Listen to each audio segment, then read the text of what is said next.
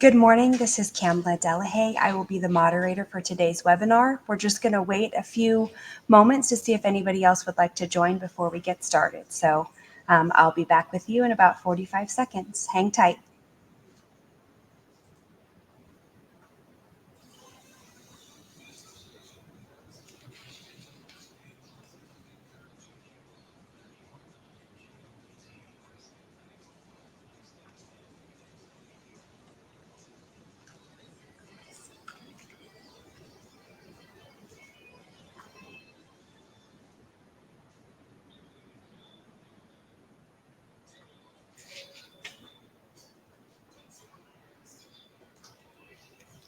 Good morning. Thank you for joining us today. My name is Kamla Delahaye, and I will be the moderator for today's presentation.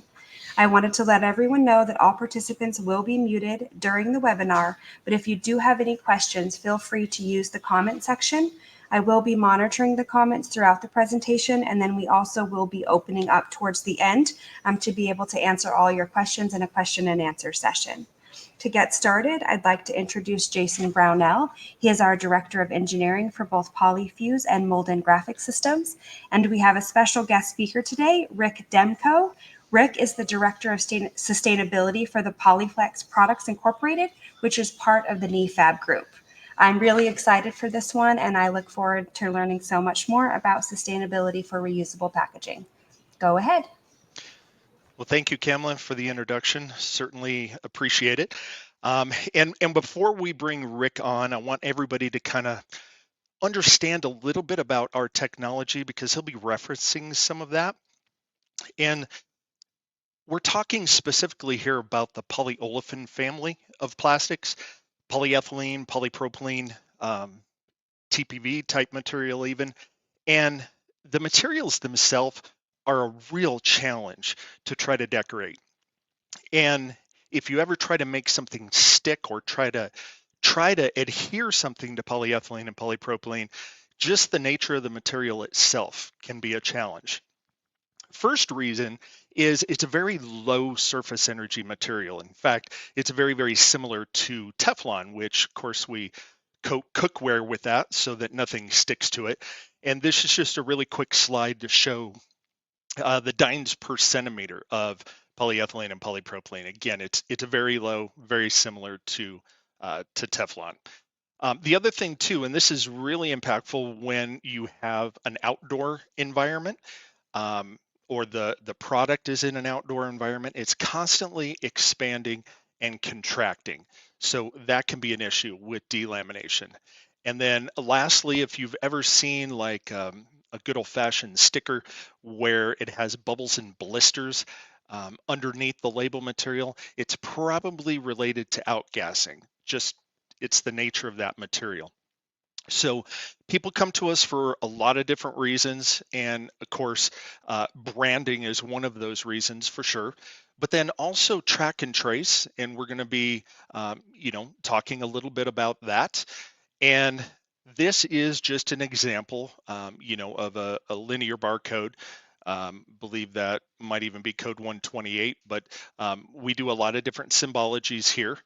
And then one other important thing that I wanted to bring out, one thing that we're bringing to market right now as we speak and doing field trials is a fusible version of an RFID tag, because tag separation is certainly a problem in, say, the reusable packaging space. So I just wanted to make sure that everybody understood that what we're providing is a plastic label.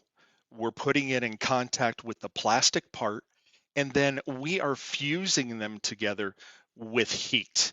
And that's what makes the whole thing work. It's not adhering at all. We're more like plastic welding than any sort of decorating technology that's out there. So we're taking a plastic label, a plastic part, and we're melting them together. So with that having been said, I would like to introduce our guest today, Mr. Rick Demko, and good morning. Hi, good morning. Good to see you, Jason. Yeah, absolutely. Great to see you, and thank you for joining us. Can you tell us a little bit about your company and what it is that you guys do? Yeah, so Polyflex, our history is we're very deep rooted in the automotive dunnage industry. We're located in Metro Detroit, which obviously is the epicenter of most things automotive, both from a manufacturing standpoint and a new technology standpoint. So I'd say we're in the heart of dunnage country, so to speak. So that's a great place to be, obviously, when it comes to plastics and understanding plastics technology. But now what's recently happened, and I think some may have even seen in the plastics news, is Polyflex Products was purchased by the NEFAC Group.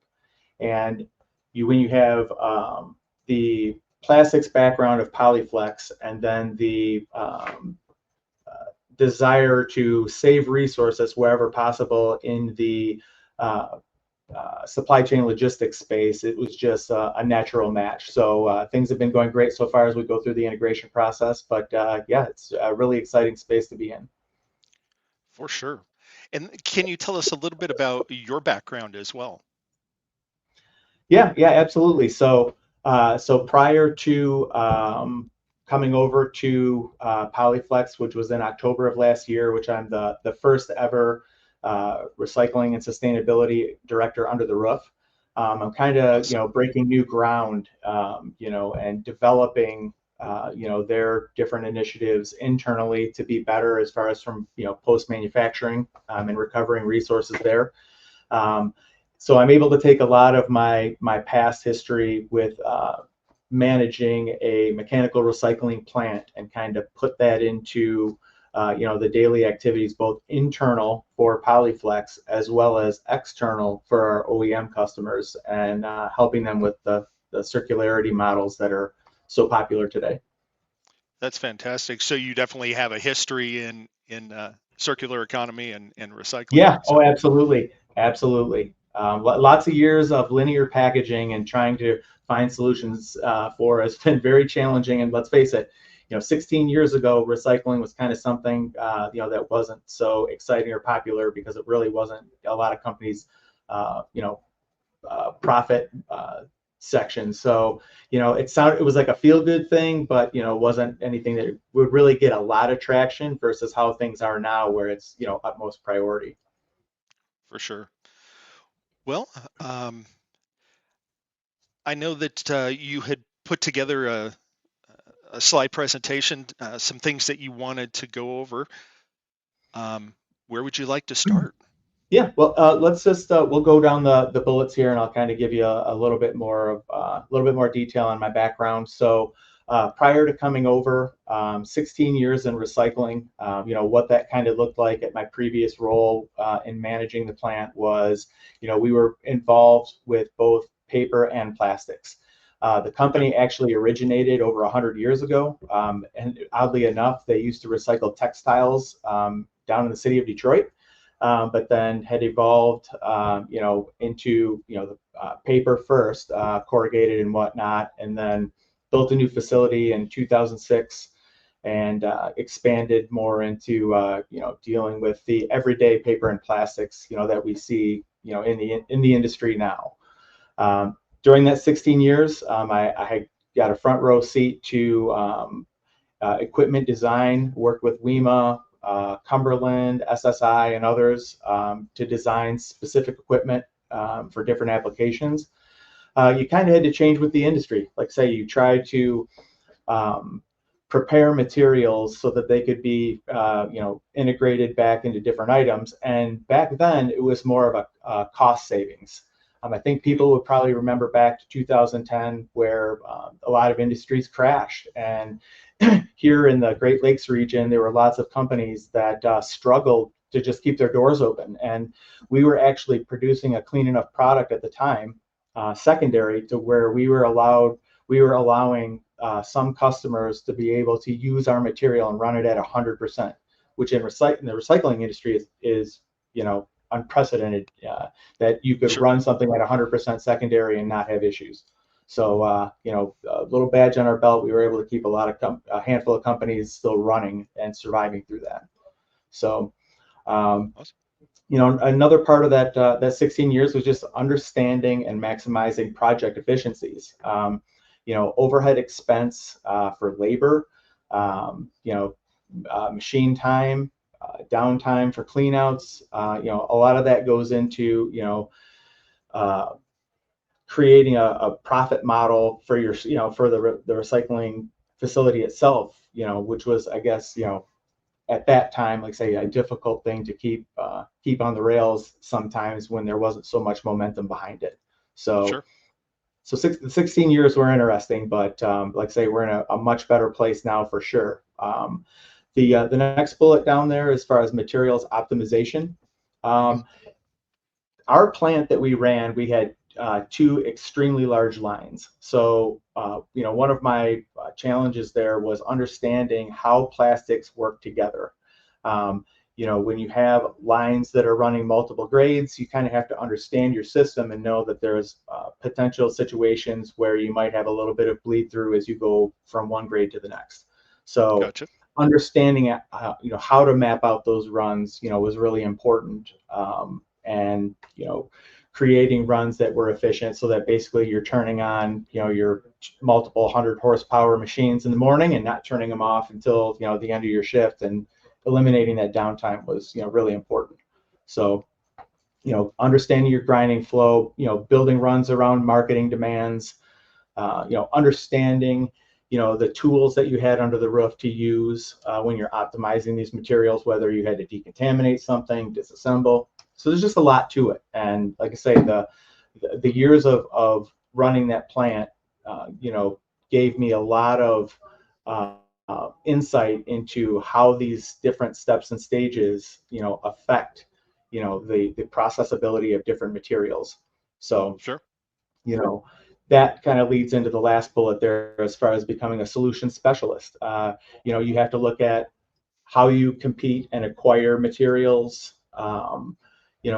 doing waste audits and waste walks on site, trying to identify different opportunities for your customer to find uh, either some form of rebate that can support the effort, because it wasn't environmental back then. That wasn't even part of the conversation. It was more a matter of, they were looking at cost avoidance. What can we keep out of our compactor versus, like what we have happening today, where it's about, carbon footprint and, CO2 calculations and things like that. So different landscape today in comparison to back in the day. So, Sure.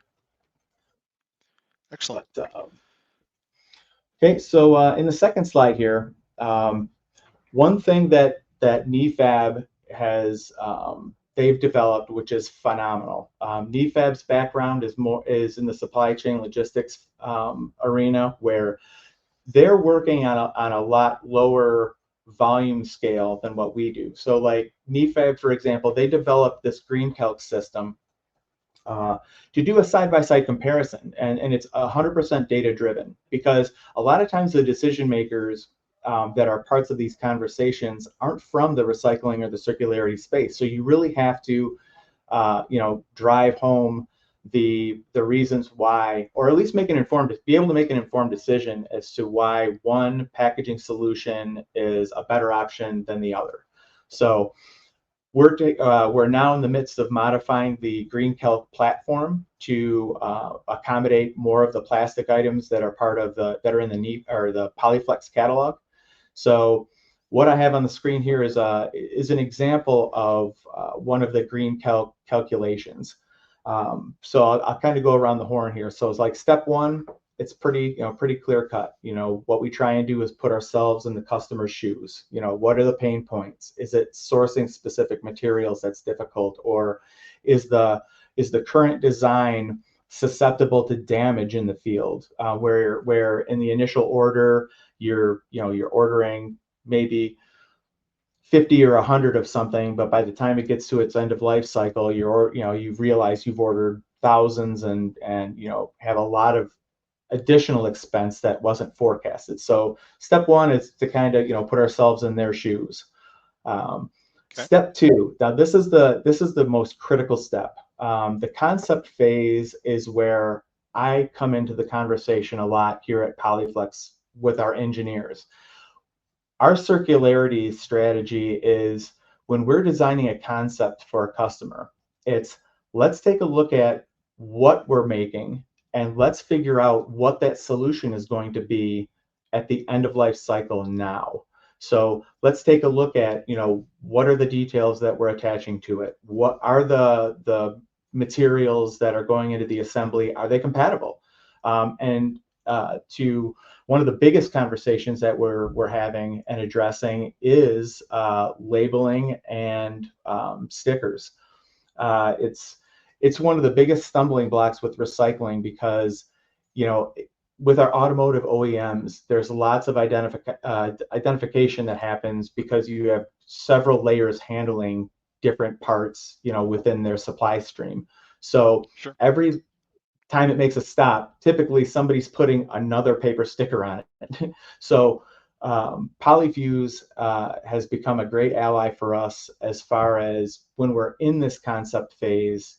Let's take a look at what our options are to put this identifier on there and have it be something that doesn't, create more problems at the end of the line, because there's not a recycler in the world that wants to scrape stickers, and paper does not play nice with plastic. So Sure. like I said, step two is a really big part for us here, and discussing the circularity side. So after we get through that, and we can have a couple of options laid out for a customer. Step three is where we're able to plug in the materials. There's a big drop down that allows us to plug in a lot of different materials. And we can look at, does it make sense to have a carton out of cardboard, or plastic, corrugated plastic, or thermoforming, or blister, whatever the applications are that we have in our toolbox of manufacturing. What are some options? So it's as NEFAB continues to acquire, different companies here in the United States, it's just broadening, like say, our abilities and capabilities in the space to really customize packaging for our customers, which is great. A lot of different materials, a lot of different manufacturing steps that we can do, whether it be injection molding, thin gauge injection, thermoforming, just lots of tools for sure. And that's So great that it's great that it's being thought about on the front end of it, not just at the end. yes, and that, like I say, I have really pushed hard, and the CLT for NEFAB has they have fully embraced this concept of, let's figure out what we're going to do with it before we get to the end of life. And because what's going to happen is as fast as technology is improving, both in machinery and advanced recycling and all these things, chances are, if we can figure out a solution for it now, by the time it gets to that 5-year point, 5 to 7 year point, which is about the average lifespan of our fleets before an engineering change, we could have, several different options, that are even easier than what we have even, at our disposal today, as far as, getting these things recycled and handled properly for the environment. Sure. So yeah, it's like I say, just everything is moving so fast right now. It's like I said, you spend your whole career hoping for these planets to align like this, and have so much momentum in the space. So Sure. yeah, but to your point, yes, the concept phase and having that answer is key.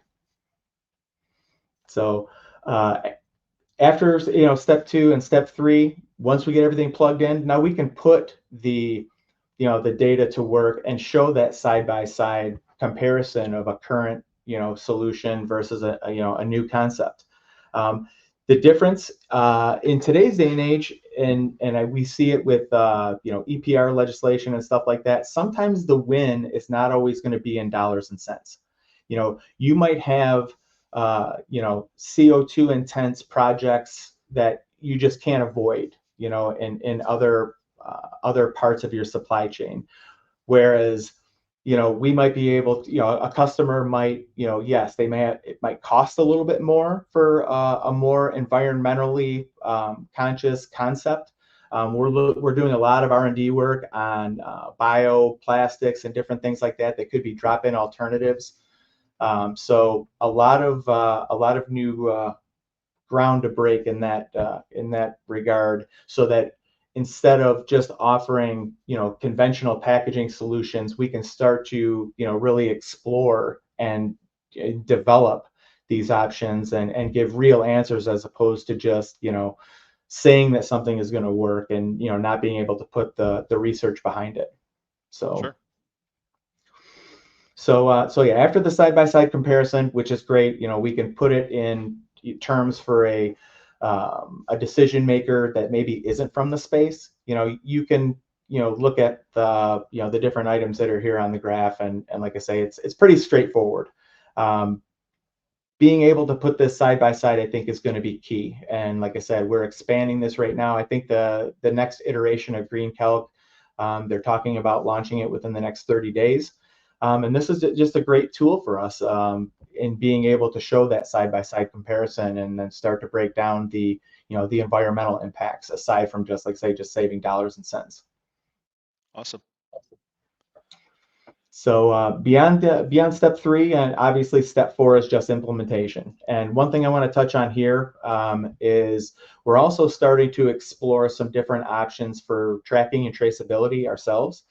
Dunnage fleets where you're talking about thousands of trays at a time, that's a major investment. And we're looking at, different options for our customers as far as tracking unit loads, tracking, steel rack dunnage, different things like this, because it's kind of for 2 reasons. Reason number 1, obviously asset recovery. We try and partner as much as possible with our different customers to help keep track of everything, because obviously the last thing you want to do is, have that picture of somebody holding something up that ended up in a riverbed somewhere, and they're holding up your tray with your name on it. So it's kind of, to some degree, an insurance policy. The other part of it is it allows the customers to track their high value assets.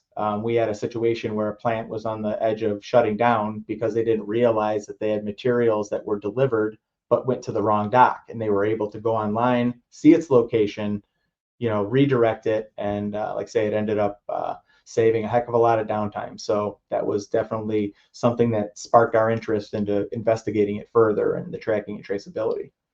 Sure. So okay, so in the we can switch over to that next slide there. So Yep. This is at that step 2 stage. This is kind of what we're looking at as far as how we're having that conversation about circularity and waste management on the front end versus the back end. So I'll start, obviously, in the upper right-hand corner here. We've got a lot of percentages that I know everybody's seen before, that they're just numbers that are a lot of low-hanging fruit. We can get better across the board. There's no doubt about it. So the 70% of today's plastic, ending up in the environment. I think the recycling industry and the manufacturers kind of get a bad rap, because I think a lot of the clickbait that we see on social media platforms is more a product of pollution, not necessarily the manufacturers, making bad decisions with their materials. Sure. So that's kind of a tough one there. But if you go down the list there, obviously, like I say, there's lots of room for improvement. So NEFAB, like I say, is very very active in partnering with our customers in improving these numbers, turning revertical integration, reusing and recycling whenever possible. And so it's really exciting to be kind of a go-to for the group, and take these things on, these challenges on, and see them go through the process, and watch these items end up where they're supposed to, and getting recycled properly, as opposed to things ending up in the landfill that never should. So Sure. In the recyclability by design wheel, this kind of gives a brief overview of the different items that we go over with the engineers. Like, these guys are phenomenal at coming up with different designs and utilizing the different technologies that are out there. So in step 1, we're looking at the custom design and the concept application. How far is this going to be spread out for our customers? Where is maybe a pooling center, where when it gets to the end, where is it going to, where are things going to end up? that are in closest proximity to pool when they're ready for recycling. So custom concept and design, and understanding that application is key. And like I say, that leads to collection at the end of life to recycle. Where is the best point? Sometimes NEFAB has even provided the point of collection. They've offered up warehousing space and things like that for items to be collected, and then take their last step into whatever the recycling stage is. So like I said, NEFAB it's definitely worthwhile to stop by their website and kind of get a feel for all the levels that they're active in. And this is global. It's not even just here in North America. It's a global effort, which people will see immediately if they were to visit. So collecting, like I say, is definitely important, and we'll partner as much as we can with that. That leads to the the sorting side.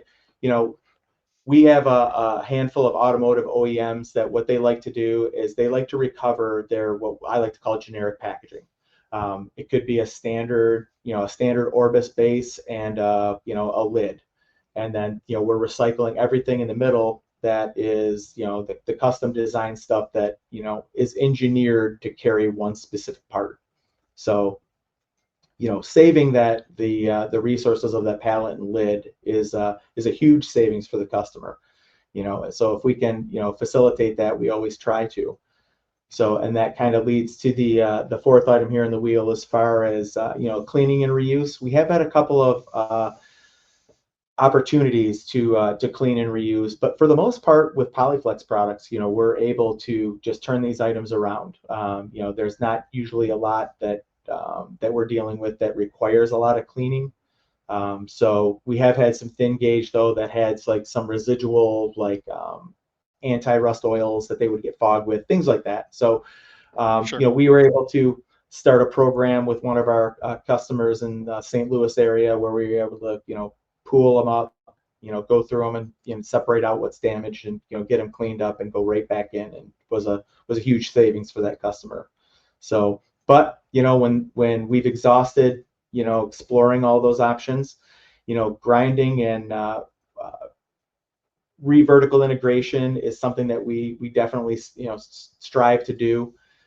There's grades that we use specifically that a lot of our clients or customers have given us the green light to re-vertically integrate. So we'll toll grind some materials and bring them back, or have them reprod, to put back in, whichever is easiest, and make sure we're reusing all that we can. We've got automotive customers that have allowed up to 50%, which obviously, that can be, that can be a huge value going back in. So as long as the previous stages are done properly, it's a real easy move to reintegrate those types of materials. And that leads to the next item here. I chose extrusion because we do, aside from our injection molding that we're doing here in Metro Detroit, we do have a couple of thermoforming locations where they've got internal systems where anything that doesn't meet QC, all of their trim scrap, is all getting ground on site. And we actually have a great relationship where we take all of these materials and we turn them right back around to our sheet extruder. And they actually give us above the market for the recycled content because they know that they're getting their own material back. So there are obviously plenty of options outside of extrusion. Obviously, high molecular weight is very common, in the dunnage industry. So, but like I said, we're recovering thousands and thousands of pounds of polyurethane, polypropylene, HDPE, any sort of thermoplastic that we can recover and bring back in. We definitely go to lengths to make that happen, and that's what leads to the production side there on step number 7. So, so emphasis on compatibility is another part of this, because in the recycling space, you have to separate these materials one way or the other. You're either doing it with manual labor, which we all know has gotten so incredibly expensive that sometimes labor can be cost prohibitive for a lot of recycling projects if you're going to the wrong recycler. As technology advances, there's lots of ways that the sorting is starting to happen. Republic, Waste Management, they've invested, millions of dollars in, automation for sorting, because that is, definitely a pain point for recycling. So this this part of the conversation here kind of leads me into the lower right here of the slide, and I kind of wanted to touch on this because obviously, when you add circularity, it leads to less waste. I think overall, that's kind of the key here, key component with circularity is we're trying to, eliminate or reduce, anyways, the volumes that are heading to the landfills. But Sure. the waste management solutions partner is something that I really wanted to touch on here, because, like I say, with all of my years, at the mechanical recycling plant, we had our limitations. There were times where we would, sometimes have to purposely grind two materials that were not compatible together to create a wash grade that we could sell to somebody else and have them wash separated, and then they had two homogeneous materials. So your waste management solutions partner or your recycler, it is absolutely key that you're going to the right companies with your scrap materials. So if you go to the wrong one, like that could be, that phone call could be, somebody telling you that, they'll take your materials, but it's going to cost you, $500 a load for them to take it, versus going to the correct recycler that has the capabilities to handle it. And it's to them, it's a perfectly usable feedstock, and you're going to get a rebate. So Gotcha. so as as people out there that are watching, if anybody's trying to navigate the recycling space, definitely don't settle for your first feedback from a recycler. I even suggest reach out to APR, or reach out to a company and say, hey, look, we got this concept that we're struggling to find a recycling solution for. There's so many resources out there and people that are willing to get involved and give you that 5 or 10 minutes of information, to try and help keep these things, out of the environment, and make sure that they land in the right hands when they get recycled. For sure. Yeah, it's and just to kind of summarize, for somebody who may be new to this, when you were talking about the utilizing even up to 50%, you're kind of saying, say you have a polyethylene or a polypropylene product, it reaches the end of its life. Basically, in a nutshell, it's being ground up and then put back into the production, and you chose to use extruding as an example. Where people are utilizing regrind, things like that.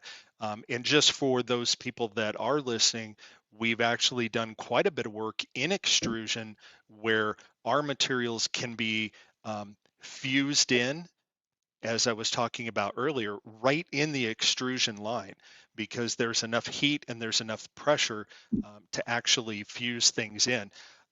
Rick, can you talk a little bit, like maybe about how we came to know each other? Yeah, absolutely. So oddly enough, we had a situation where we had manufactured some trays that an item got left out of the tool that left the thermoform tray without the appropriate marking. So obviously, this was a situation where you don't really have a whole lot of at the time. You don't. It's not like you can just flatten out all these trays and rerun all that flat stock and re-thermoform everything. So basically, what we did was I actually watched one of your other webinars and did some investigation on exactly how the process worked, because like I say, there's at any point, any recycler is going to tell you that they would love to eliminate paper labeling altogether, because it is terrible to deal with in the recycling industry. But after watching that, doing more some further investigation, I was amazed at how your fused labels literally, yes, looked like they were integrated right in. It was seamless. It did like, because obviously the first questions that are going to come up are snag points. Is it something that's going to, is it something that's just bonded but could peel off, or what is the, what's the possibility of it getting damaged? And we were amazed at how durable they were. You guys had sent us a sample pack, and I think you guys overnighted it so we could kind of dig into this a little further.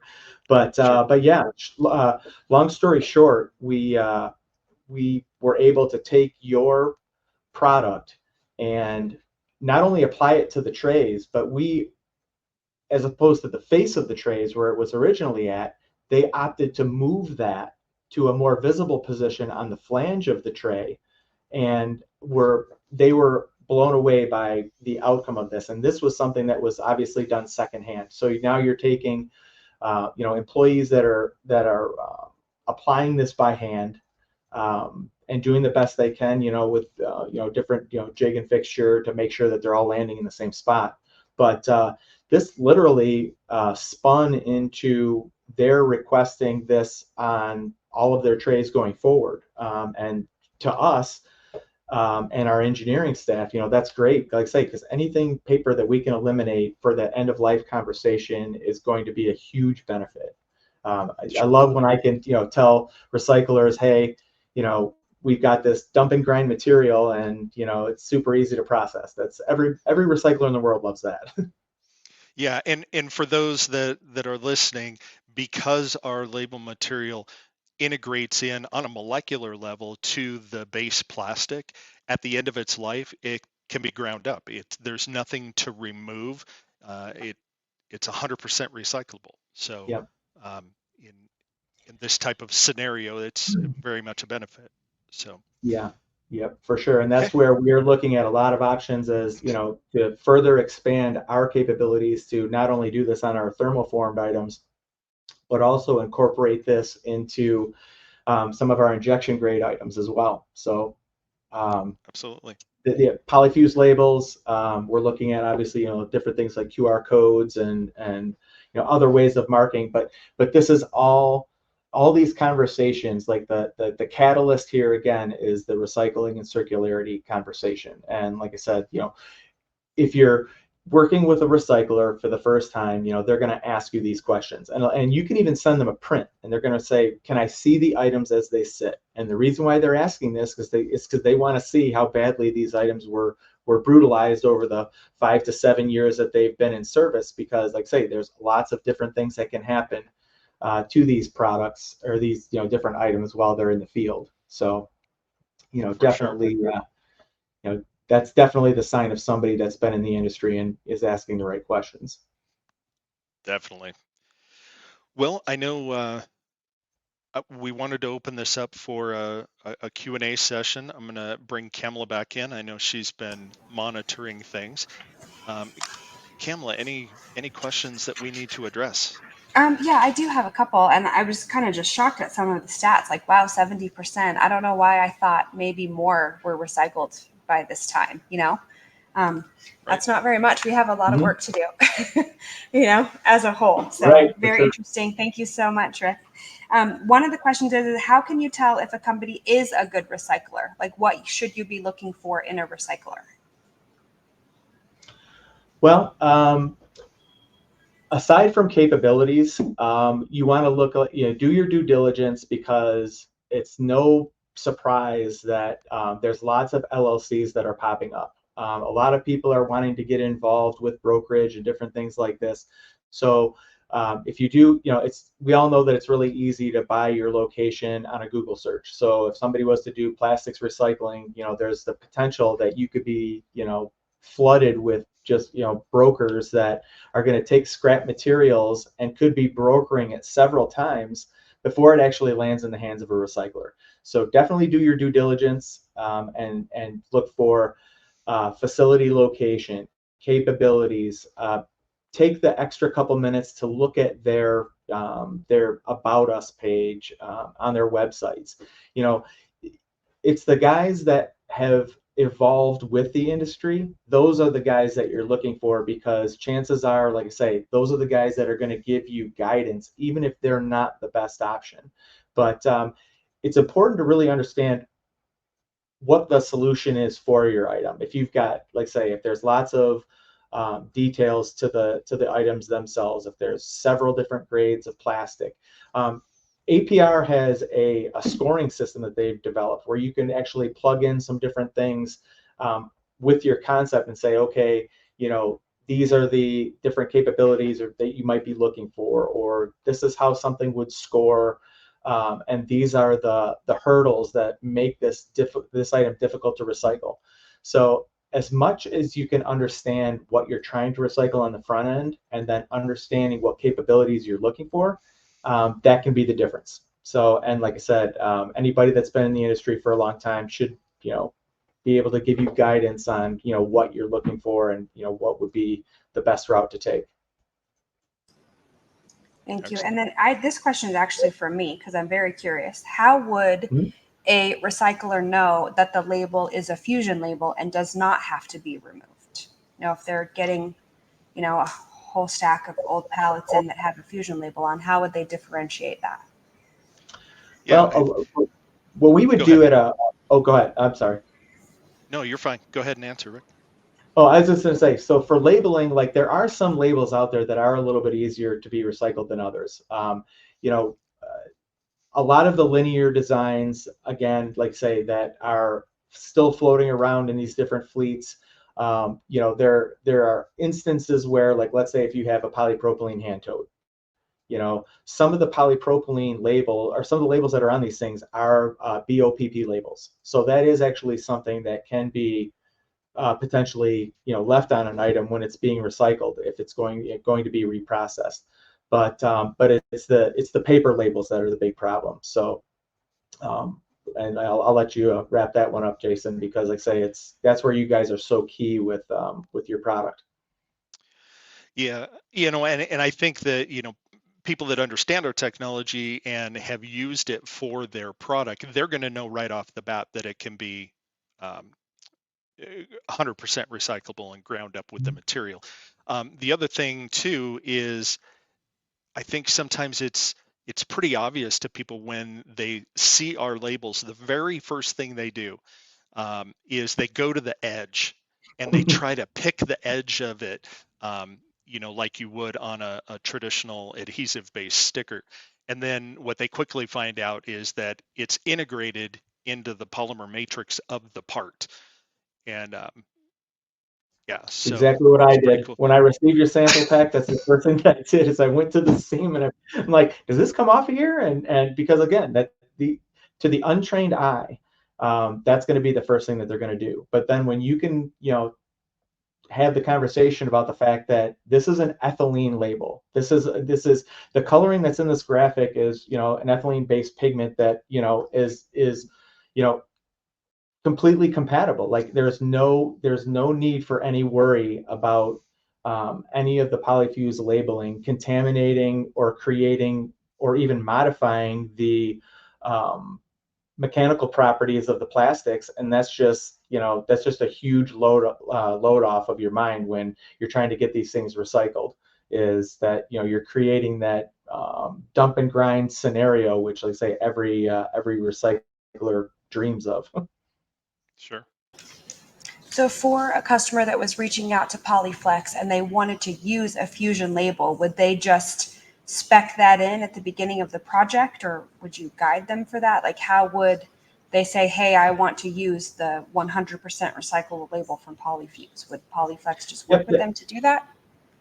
Yep. That would be a request at the engineering phase. Like say when we're speccing out the item and we're laying out what the packaging density needs to be, as far as how many items does the packaging need to carry per tray. We always try and maximize the dimensional characteristics of these different trays. But yeah, absolutely. If a customer has a special request because of either past history in old fleets, or just they're wanting to take that component of their design and even highlight this at their end and say, here's our old way of doing it, and here's how we're being more environmentally conscious on their end. We would love to perpetuate that throughout our customer base and say, look, you guys should get some credit for this too, because this is a collective effort, and yeah, if somebody has a special request like that, we'll do our best to accommodate it. And I can't think of a reason why we wouldn't be able to. Great, thank you. Mhm. And then Jason, I just had one other pop up for food transport and recycling, that type of tray. Can the labels be made FDA compliant? Absolutely, because we have full control over that. We can utilize pigments that are FDA compliant. So no, that's a great question. We certainly work with a lot of different compliancies, and they're all a little different, and we have a great palette to choose from to maintain that durability, but also make it compliant. So absolutely, good question. Thank you so much. That's all I have for today. Very good. Well, again, thank you everybody who was in attendance. This will also be available to watch at a later time. But again, thank you for everybody who attended. Rick, thank you so much for just your wealth of knowledge and joining us today. It's been awesome.